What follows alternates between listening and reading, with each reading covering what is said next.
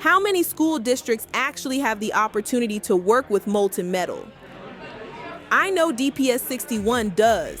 We have the Foundry Education Foundation here hosting a workshop that's hands-on with our students here in Decatur. The focus is to give our students some hands-on experiences in metalworking. We learn how to make molds from a pattern and pour in molten metal. So they're taking sand and packing it in tight, super tight, so that when they move to the next step, they'll pull the pattern out and they'll be able to pour the hot metal into that cast. Most of us didn't know that there were businesses in town that did this kind of work. One of the other reasons as a teacher we're having this workshop is to give our kids some hands-on experiences that can lead to careers.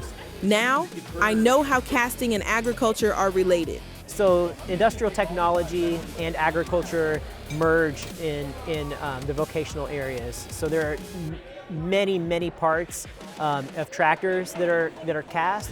The cast objects in agriculture is endless. This workshop gave us something to think about for the future. Decatur has 3 large foundries and lots of job opportunities and careers. We're providing these opportunities so that the kids can experience it. They can talk about it. They can be proud of making something and finding out that, hey, actually, I could do this and I could make money and provide for my future family this way.